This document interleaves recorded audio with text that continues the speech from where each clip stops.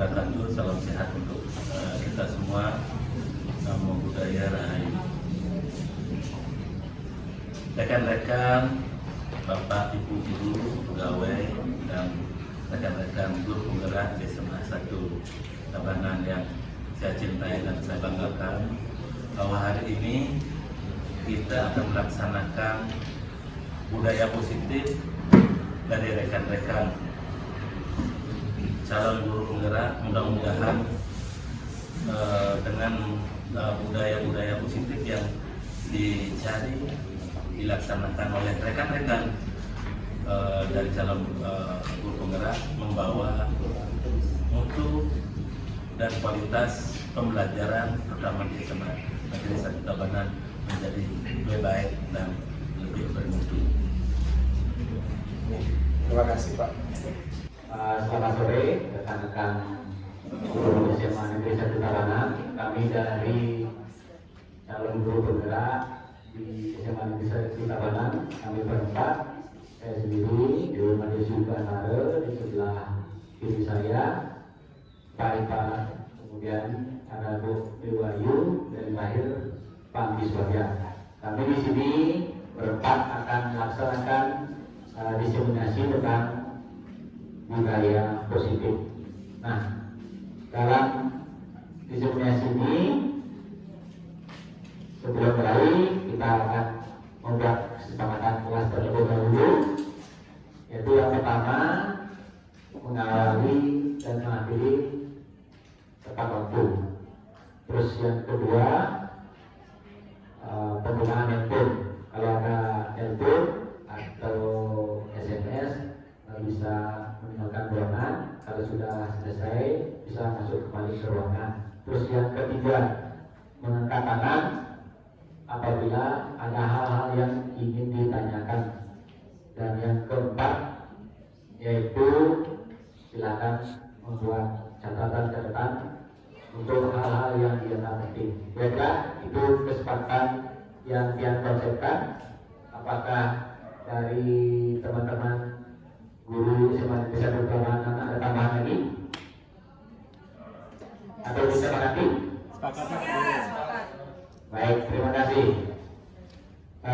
Kita lanjut ya. Jadi dalam diseminasi ini kami akan membawakan 7 materi. Yang pertama itu perubahan paradigma belajar.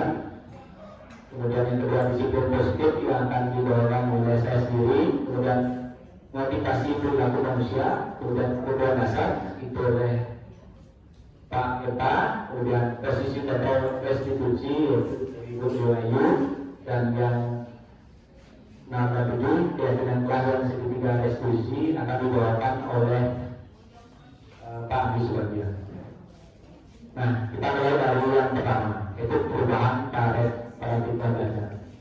Nah, untuk membangun budaya yang positif, sekolah perlu menyediakan lingkungan yang positif, aman, dan nyaman agar murid-murid mampu berpikir, bertindak, dan mencipta dengan merdeka, mandiri, dan bertanggung jawab. Hal-hal yang dilakukan untuk menciptakan suasana positif di lingkungan sekolah adalah berusaha untuk mengerti dan memahami karakter, bertoleransi, menjalin komunikasi dan kolaborasi yang aktif, serta menyediakan dan meningkatkan sarana dan prasarana sekolah agar terwujudnya suasana positif dan nyaman di sekolah. Nah, untuk dapat menunjukkan dan mengembangkan budaya positif di sekolah, kita perlu melakukan perubahan paradigma, yaitu perubahan dari teori stimulus respon ke pendekatan teori kontrol. Nah, sebelum ke teori kontrol, perlu kita pahami bersama bahwasanya ada beberapa miskonsepsi tentang kontrol. Lazimnya disiplin dikaitkan dengan kontrol. Dalam hal ini kontrol guru dalam menghadapi murid. Jadi paparan Dr. William Jesser dalam bukunya yaitu kontrol teori menyebutkan beberapa miskonsepsi tentang kontrol. Yaitu pertama, ilusi guru mengontrol murid. Nah, dalam hal ini sebenarnya murid tidak bisa dikontrol, tetapi kadang-kadang murid menginginkan dirinya untuk dikontrol oleh guru. Nah itu ada ilusi di sana. Kemudian yang kedua, ilusi bahwa semua perbuatan positif efektif dan bermanfaat. Nah dalam pendidikan karakter kita berikan perbuatan positif pada siswa. Nah ada kalanya perbuatan positif ini tidak bisa berlangsung secara lama dan siswa itu bisa melakukan penolakan terhadap perbuatan yang kita berikan, atau siswa bisa menjadi ketergantungan terhadap perbuatan yang kita berikan. Jadi itu pun tidak bisa efektif dan bermanfaat dalam jangka waktu yang lama. Kemudian yang ketiga, ilusi bahwa kritik dan membuat orang merasa bersalah dapat menguatkan karakter. Nah, kritik dan membuat orang merasa bersalah ini itu akan mengarah kepada individu yang gagal. Jadi siswa tetap akan merasa dirinya negatif seperti itu. Kemudian yang keempat, yaitu ilusi bahwa orang dewasa memiliki hak untuk memaksa. Jadi guru sebenarnya tidak boleh memaksakan kepada siswa untuk mengikuti apa yang diinginkan oleh guru. Jadi kita di sini harus melakukan pendekatan yang berbeda. Baik, selanjutnya yaitu bagaimana seseorang bisa berubah dari paradigma stimulus respon ke pendekatan teori kontrol. Nah, di sini ada seorang ilmuwan yaitu Stephen L. Covey dalam bukunya Principles and Leadership tahun 1991 mengatakan bahwa bila kita ingin membuat kemajuan perlahan, sedikit-sedikit ubahlah sikap atau perilaku Anda. Namun bila kita ingin memperbaiki cara-cara utama kita, maka kita perlu mengubah kerangka ajar kita. Ubahlah bagaimana Anda melihat dunia, bagaimana Anda berpikir tentang manusia. Ubahlah paradigma Anda, skema pemahaman dan penjelasan aspek-aspek tertentu tentang realitas. Nah, perubahan paradigma itu yaitu dari teori stimulus respon ke pendekatan teori kontrol ini bisa dibedah menjadi beberapa hal, yaitu kalau stimulus respon yaitu kita kebutuhan kita itu sama, itu pandangannya. Kemudian untuk teori kontrol kebutuhan kita itu berbeda. Pada stimulus respon semua orang melihat hal yang sama, tapi dalam teori kontrol semua orang memiliki gambaran yang berbeda. Kemudian pada stimulus respon kita mencoba mengubah orang agar berpandangan sama dengan kita. Tapi dalam teori kontrol kita berusaha memahami pandangan orang lain tentang dunia. Jadi bisa berbeda pandangannya. Kemudian yang berikutnya pada stimulus respon, perilaku buruk dilihat sebagai suatu kesalahan. Tapi dalam teori kontrol semua perilaku memiliki tujuan, baik itu perilaku buruk maupun perilaku yang baik, pasti ada tujuannya. Kemudian selanjutnya yaitu stimulus respon. Orang lain bisa mengontrol saya. Kemudian dalam teori kontrol hanya Anda yang bisa mengontrol diri Anda sendiri. Kemudian selanjutnya itu pada stimulus respon, saya bisa mengontrol orang lain. Pada teori kontrol Anda tidak bisa mengontrol orang lain. Kemudian selanjutnya itu pada stimulus respon berikutnya itu pemaksaan ada pada saat rujukan gagal. Tetapi pada teori kontrol itu harus ada kolaborasi dan konsensus menciptakan pilihan-pilihan baru. Kemudian yang terakhir pada stimulus respon model berpikir yaitu menang atau kalah. Tapi dalam teori kontrol model berpikirnya itu menang-menang kalah. Jadi seperti win-win solution. Jadi mencari solusi yang kedua-duanya menang. Kita berbicara tentang disiplin positif. Di mana ada kemerdekaan, disitulah ada disiplin yang kuat. Sumber disiplin itu bersifat self-disiplin, yaitu kita sendiri yang melakukan kita dengan sekeras-kerasnya, berarti itu sama saja. Sebab jikalau kita dikerjakan melakukan self-disiplin, wajiblah penguasa lain mendisiplinkan diri kita. Dan pertanyaan itulah harus ada di dalam suasana yang merdeka. Nah, dari sekarang kata kalimat tersebut itu diambil dari Kiaga Dewantara, itu dalam buku pemikiran konsepsi ketuhanan sikap anggota, itu buku cetakan kelima tahun 2013 halaman 470. Nah, disiplin tersebut yang dimaksud di sini adalah disiplin diri, yaitu disiplin yang memiliki motivasi internal. Disiplin diri dapat membuat seorang menggali potensinya menuju kepada sebuah tujuan, sesuatu yang dihargai dan bermakna.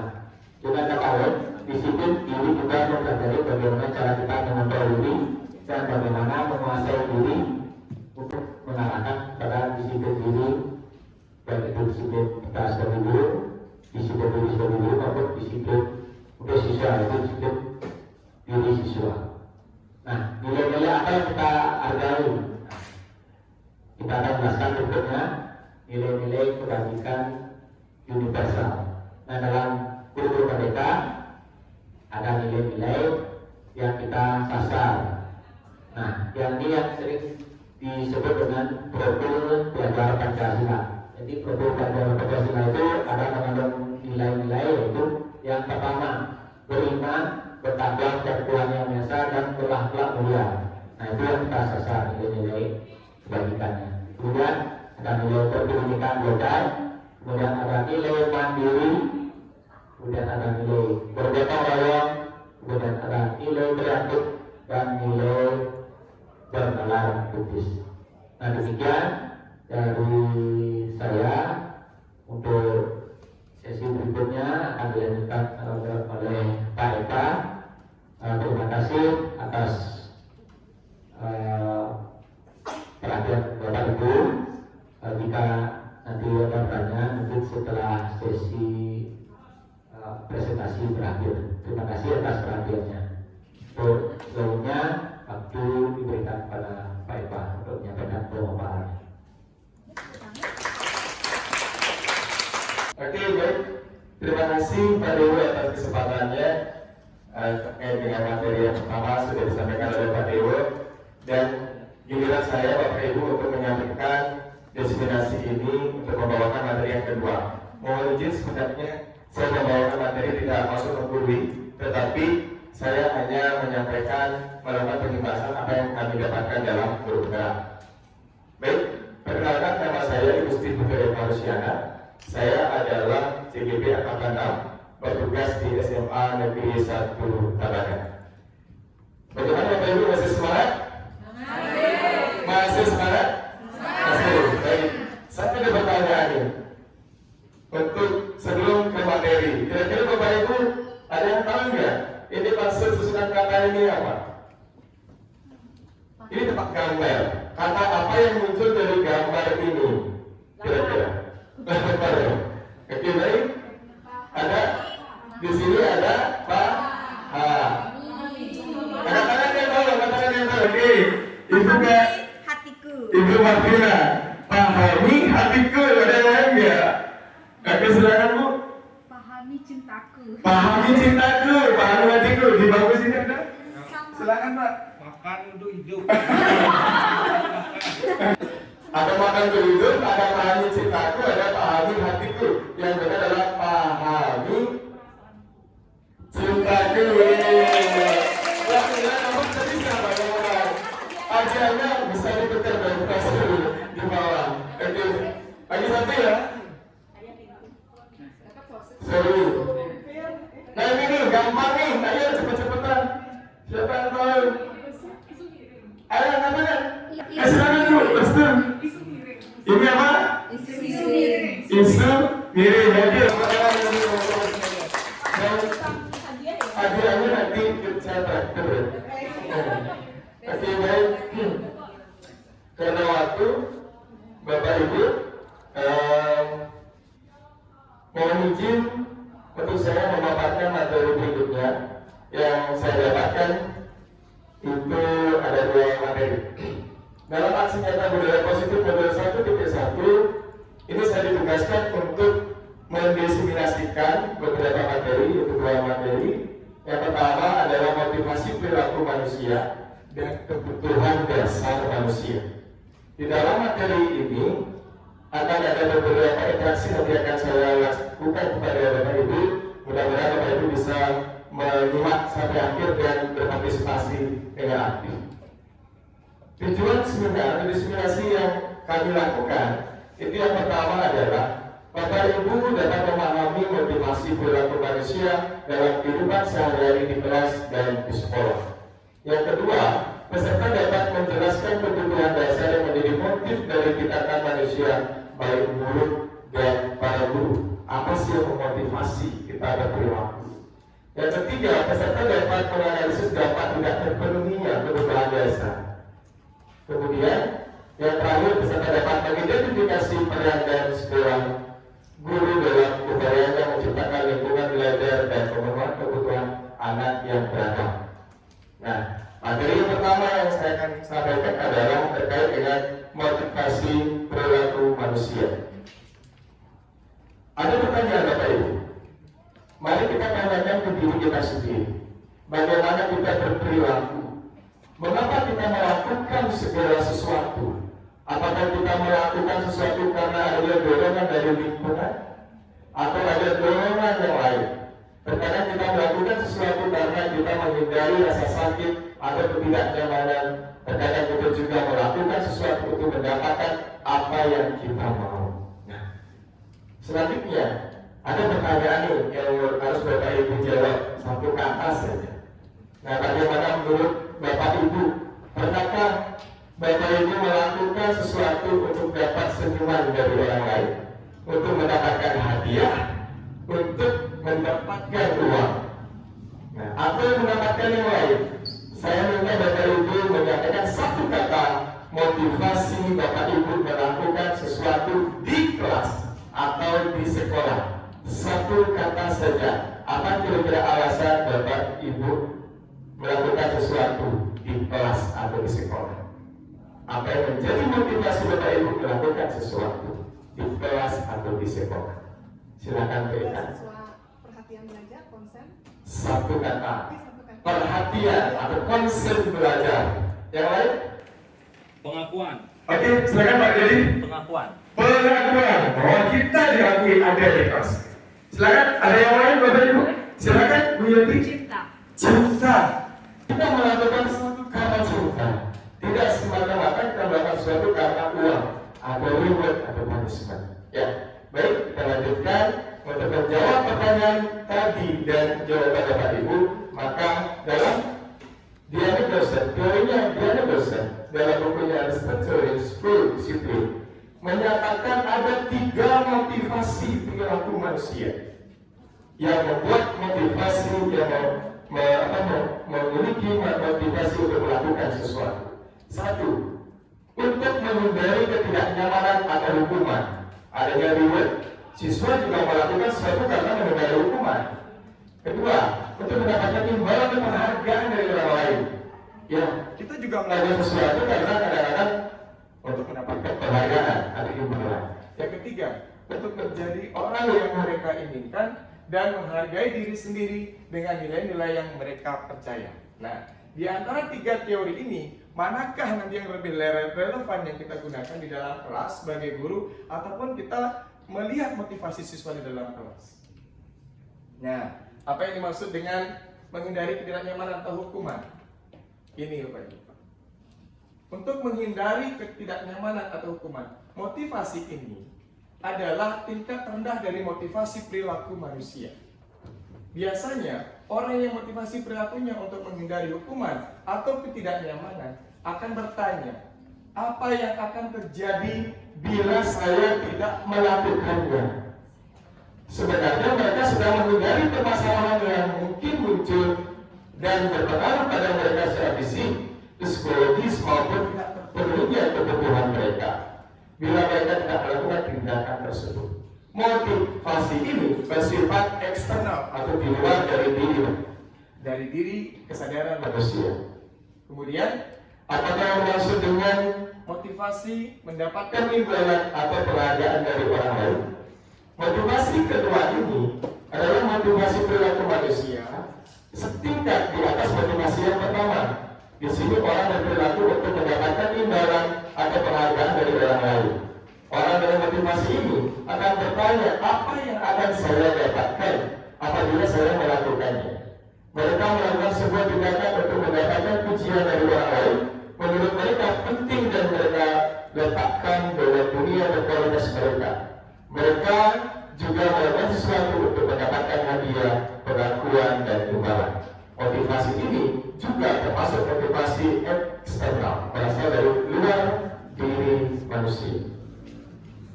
Motivasi yang ketiga, tadi ada warna biru, ada warna hijau, dan warna ungu. Nanti ada pertanyaan, motivasi yang warna mana nih yang paling tepat kita gunakan di dalam pribadi kita sebagai manusia? Ini adalah motivasi yang ketiga. Orang yang motivasi ini yaitu menjadi orang yang mereka inginkan dan menghargai diri sendiri dengan nilai-nilai yang mereka percaya. Ini adalah motivasi yang diharapkan oleh pendidikan Bapak Ibu zaman sekarang. Siswa menginginkan dan menghargai diri sendiri dan nilai-nilai yang mereka percaya. Kemudian mereka melakukan sesuatu karena nilai-nilai yang mereka yakini dan hargai. Dan mereka melakukan karena mereka ingin menjadi orang yang melakukan nilai-nilai mereka yang yakini tersebut. Bukan karena reward atau punishment, tapi dari kesadaran diri anak-anak kita sendiri maupun kita sebagai guru. Nah, ada pertanyaan nih. Sebagai seorang guru, saat Anda hadir mengajar di kelas tepat waktu, kira-kira motivasi apakah yang mendasari tindakan Anda di kelas sehingga Anda mengajar tepat waktu di kelas? Ada yang mau menjawab? Tanggung jawab. Oke, untuk Kurnia? Tanggung jawab. Tanggung jawab. 13 dulu dong. Iya, oke, baik. Ada lagi? Silakan Bayu. Sebagai seorang guru memberi tauladan. Oke, baik. Luar biasa. Tauladan. Ya, baik Bapak Ibu. Sebagai guru, nah untuk hadir dalam kelas tertentu banyak motivasi. Yang penting di antara ketiga warna tadi, biru, hijau, dan ungu, gunakanlah warna ungu. Oke, luar biasa. Dan strategi apa yang selama ini Anda terapkan untuk menanamkan disiplin positif pada murid Anda? Bagaimana hasil dan perilaku murid-murid Anda? Kira-kira strategi apa yang Bapak Ibu gunakan di dalam mengajar di kelas, menanamkan budaya positif, taat aturan, tepat waktu, disiplin, tanggung jawab, dan sebagainya? Ada nggak strategi yang Bapak Ibu gunakan? Oh, gunakan, silakan. Membuat kesepakatan awal di kelas bersangkutan. Oke, luar biasa. Membuat kesepakatan awal kelas sebelum memulai pembelajaran, kontrak kerja, gitu ya. Baik, terima kasih. Luar biasa. Mungkin diingatkan waktu saya. Nah, apa yang Bapak Ibu pikirkan tentang gambar ini? Kira-kira hukuman. Ada lagi? Bangku ini, gambar ini menunjukkan tentang disiplin. Oke, hukuman. Nanti kita bahas apa sih maksud gambar ini, gitu ya. Oke, baik. Ini apakah ini masih relevan ketika orang bolos atau siswa kita bolos akan diberikan hukuman seperti ini? Tidak, saat ini tidak. Tentu saat ini tidak. Oke, baik. Orang yang melompat saja, orang yang bolos akan tidak relevan saat ini diberikan hukuman. Nanti akan dibahas oleh teman saya apa itu hukuman, apa itu sanksi, apa itu restitusi. Nanti akan dibahas di penyaji berikutnya. Baik. Nah, dalam akhir modul ini ternyata motivasi perilaku manusia itu ada kaitannya dengan konsep hukuman, penghargaan, dan pendekatan restitusi. Karena perilaku manusia menentukan tindakan berikutnya. Nah, restitusi ini apa? Disimpan dulu, karena penyaji berikutnya nanti akan punya tugas. Nah, ini sedikit sharing apa yang sudah saya lakukan di kelas terkait dengan bagaimana saya memotivasi diri dalam menciptakan budaya positif di kelas atau di sekolah.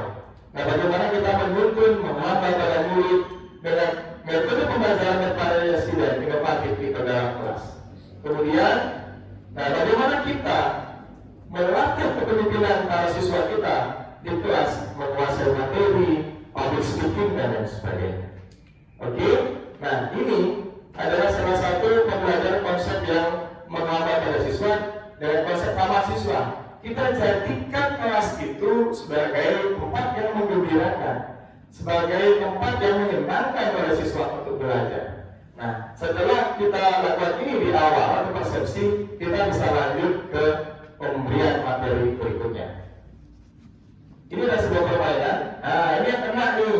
Nah, ketika dia kena, dia kalah, jadi dia akan merefleksi pembelajaran sebelumnya di kelas sehingga masih menekan materi yang kita berikan sebelumnya, sebelum ke materi selanjutnya. Oke, refleksi kita, kesimpulan dari motivasi perilaku manusia adalah motivasi merupakan indikator utama mempengaruhi perilaku manusia dalam menciptakan budaya positif di kelas maupun di sekolah. Nah, pertanyaannya, dari ketiga motivasi perilaku manusia yang sudah kita bahas tadi, manakah yang akan Bapak Ibu guru gunakan untuk menciptakan budaya positif di dalam kelas? Warna biru, hijau, atau ungu? Sekarang saya minta Bapak Ibu untuk angkat tangan. Siapa yang menggunakan tadi pendekatan motivasi perilaku warna biru? Tidak ada. Siapa yang menggunakan warna hijau? Angkat tangan. Tidak ada. Siapa yang akan menggunakan pendekatan motivasi perilaku manusia warna ungu? Angkat tangan dikit ini. Oke, baik. Hampir semua ya. Mudah-mudahan melaksanakan baik. Ya, baik. Materi itu yang pertama, Bapak Ibu. Sekarang yang kedua saya singkat saja karena durasi. Nah, sekarang kebutuhan manusia. Kebutuhan manusia atau kebutuhan dasar manusia dalam materi saya yang kedua. Jadi mau tinggalkan waktunya. Dan sekarang kebutuhan dasar manusia ini ada pertanyaan pemantik nih. Mungkin Bapak Ibu bisa lihat di pertanyaan itu. Ibu Ambar, guru wali kelas 2A di SD Pelita Hati, sedang bingung menghadapi pula salah satu murid di kelasnya namanya Doni. Beberapa anak di kelas 2A telah datang padanya dan mengeluhkan Doni yang seringkali meminta bekal makan siang mereka dengan pasrah. Jika Anda menghadapi situasi seperti Ibu Ambar, apa yang akan Anda lakukan sebagai seorang guru di kelas? Nah, jawaban ini akan dilihat dari, maka Bapak Ibu harus memahami kebutuhan dasar yang mendasari perilaku murid kita. Kita nggak boleh semata-mata menghukum anak didik kita. Lalu kita harus membuat sebuah penelitian sedikit kecil gitu ya, mengetahui apa sih yang dibutuhkan siswa, kenapa dia melakukan tindakan tersebut. Nah, Ki Hajar Dewantara dalam teorinya kita ambil contoh perbandingan dengan hidup tumbuh-tumbuhan seorang petani. Dalam aktivitasnya sama kewajibannya dengan seorang pendidik yang menanam padi, misalnya hanya dapat menuntut tumbuhnya padi, ia dapat memperbaiki kondisi tanah, memelihara tanaman padi, memberi pupuk, air, dan lain sebagainya. Berarti kita harus tahu dan kita harus dekat kepada anak yang kita ajar. Baik, nah ini ada pendapat Pak ahli baik. Dr. William Gilson dalam choice teorinya, yaitu 5 kebutuhan dasar manusia. Ternyata setiap manusia memiliki 5 kebutuhan dasar dalam hidupnya. Yang pertama, kebutuhan untuk bertahan hidup atau survival. Yang kedua, kebutuhan kasih sayang dan rasa diterima, love and belonging. Yang ketiga, ada kebutuhan kebebasan, freedom. Yang keempat ada kesenangan, fun, dan yang kelima ada penguasaan atau power. Ya. Nah, ketika seorang murid melakukan suatu perbuatan yang bertentangan dengan nilai-nilai kebajikan atau nilai kebaikan atau melanggar peraturan, hal itu sebenarnya dikarenakan karena mereka gagal memenuhi kebutuhan dasarnya. Karena setiap siswa memiliki kebutuhan dasar masing-masing. Ini kebutuhan dasar survival. Misalnya kesehatan, rumah, makanan. Kebutuhan biologis termasuk nggak? Kebutuhan untuk bertahan hidup termasuk. Ya, oke, baik. Kedua, kebutuhan kasih sayang dan rasa terima, kebutuhan untuk diterima di dalam pergaulannya, di dalam kelompoknya, di dalam organisasi, di dalam kegiatan tertentu yang melibatkan banyak orang. Kemudian, nah ini salah satu gambar kebutuhan kasih sayang yang diterima untuk kebutuhan untuk diterima untuk para siswa. Ya, ada kebutuhan penguasaan, kebutuhan melakukan atas kemampuan. Bagaimana seorang anak ingin diakui karena mereka mampu, apakah dia cerdas secara emosional, cerdas akademis maupun non akademis. Saya lanjutkan, Ini kebutuhan penguasaan. Yang dimaksud dengan kebutuhan penguasaan adalah kebutuhan penguasaan atas kemampuannya. Jika ada siswa ingin mempresentasikan dirinya, ingin mendapatkan pengakuan di dalam kelas, di depan kelas, dan tetap kita harus menuntut mereka agar memberikan ruang untuk mengekspresikan dirinya di depan kelas. Yang terakhir, ada kebutuhan kebebasan, ada kebutuhan akan pilihan. Anak-anak zaman kamu sekarang nggak mesti belajar di satu sumber itu buku saja, bisa belajar melalui handphonenya, internet. Dalam dunia digital sekarang dia merdeka untuk melakukan berbagai aplikasi. Kemudian yang terakhir nih, anak juga perlu kesenangan, Bapak Ibu. Karena dalam kesenangan ini mereka akan mengekspresikan dirinya sebagai seorang anak yang cerdas, gitu ya. Kemudian, nah refleksi terakhir. Kira-kira apa yang Bapak Ibu dapatkan dari pemahaman kebutuhan dasar manusia? Siapa yang bisa menyimpulkan dan membaca di depan terkait dengan refleksi materi atau rangkuman dari kebutuhan dasar sebagai seorang murid maupun guru di sekolah? Saya minta satu relawan, satu teman untuk membacakan kesimpulannya. Mungkin Ibu Yoga, silakan Ibu. Terima kasih atas kesempatannya. Untuk refleksi materi, setiap anak memiliki kebutuhan dasar sebagai seorang murid yang harus dipahami oleh guru di sekolah. Nah, di antaranya adalah yang pertama, kebutuhan untuk bertahan hidup atau survival. Kasih sayang dan rasa diterima, love and belonging, kebebasan, freedom, kesenangan, fun, dan penguasaan, power. Terima kasih. Ini adalah kesimpulan dari kebutuhan dasar manusia, ada 5 ya. Satu, kebutuhan bertahan hidup, survival, love and belonging, freedom, fun, dan power. Kekuatan, penguasaan. Baik, nanti tanya jawab akan dilaksanakan di akhir. Kalau ada silakan ditanyakan. Naik delman pergi ke kota, jangan lupa membeli alpukat. Demikian presentasi kita, semoga bisa bermanfaat. Saya akhiri dengan selamat siang. Terima kasih kehadiran Bapak Ibu. Materi berikutnya akan dilanjutkan oleh rekan saya, Bude Ayu Anaksi. Terima kasih. Selamat sore Bapak Ibu Guru. Salam bahagia untuk kita semua. Pada sore hari ini saya Dewa Ayu Putri JPP Angkatan 6 Kabupaten Tabanan dari SMA 1 Tabanan akan membawakan materi mengenai 5 posisi kontrol dalam mewujudkan budaya positif.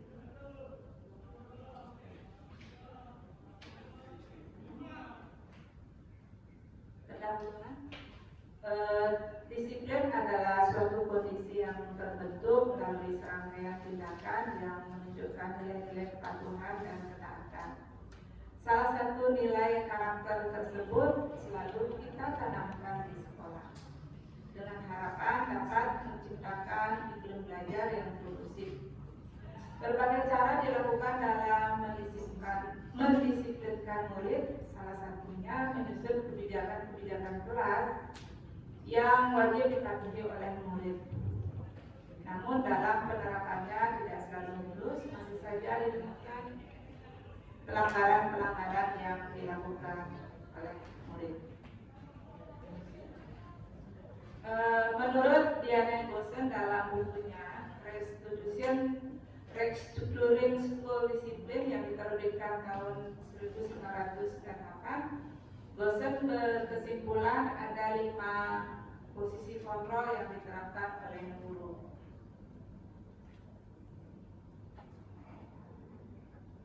Posisi kontrol yang pertama adalah penghukum. Posisi kedua adalah membuat rasa bersalah. Kemudian posisi yang ketiga adalah teman. Kemudian posisi yang keempat adalah pemantau. Kemudian posisi yang kelima adalah manajer. Baik, Bapak Ibu guru hebat, saya tidak bermaksud untuk menggurui Bapak Ibu. Saya hanya mengimbaskan materi yang saya dapatkan di program guru penggerak, di mana dalam materi 1 Mudah-mudahan bermanfaat. Baik, posisi penghukum.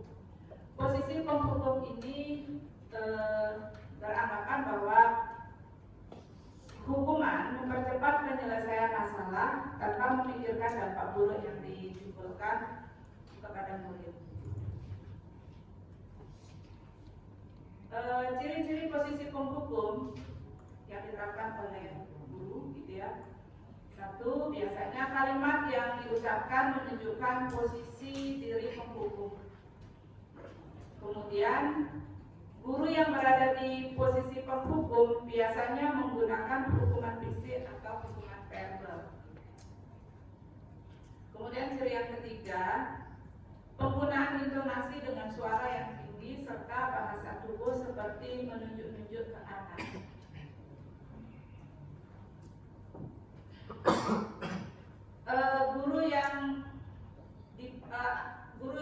Guru itu biasanya berbuat seperti ini, menghardik, menunjuk, menyakiti, bahkan menyindir. Biasanya kata-katanya adalah kalau kamu tidak melakukannya, saya akan. Begitu. Kemudian hasil dari posisi penghukum biasanya anak-anak itu memberontak, mendendam, dan menyalahkan orang lain.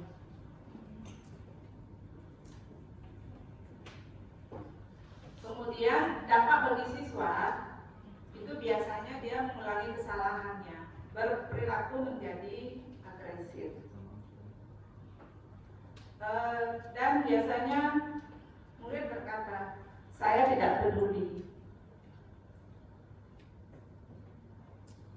Kemudian posisi yang kedua yaitu pembuat rasa bersalah.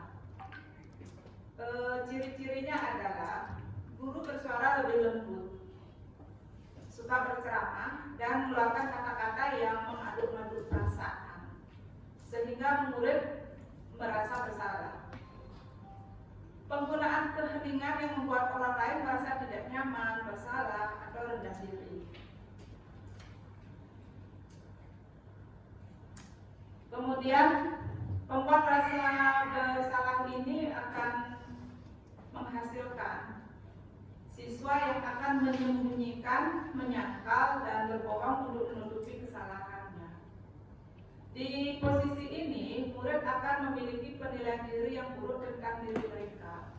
Murid merasa tidak berharga dan telah mengecewakan orang-orang yang disayanginya.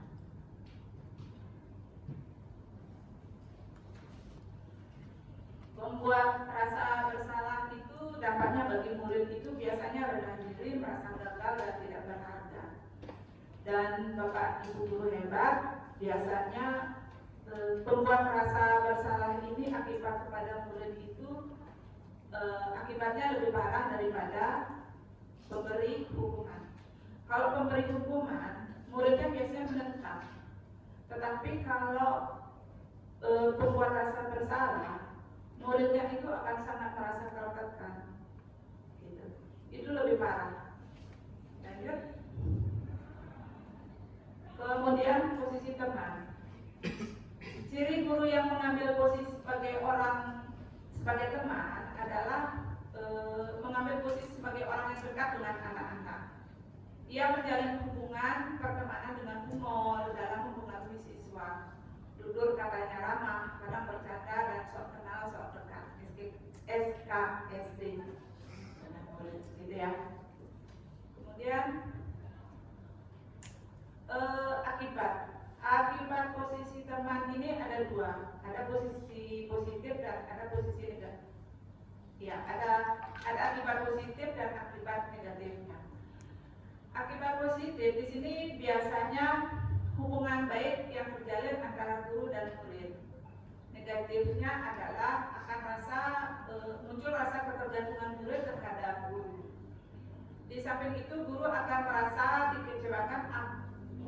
Di samping itu murid akan merasa dikecewakan apabila suatu saat guru tidak dapat membantunya. Hal lain yang dapat ditimbulkan yakni murid akan berlaku baik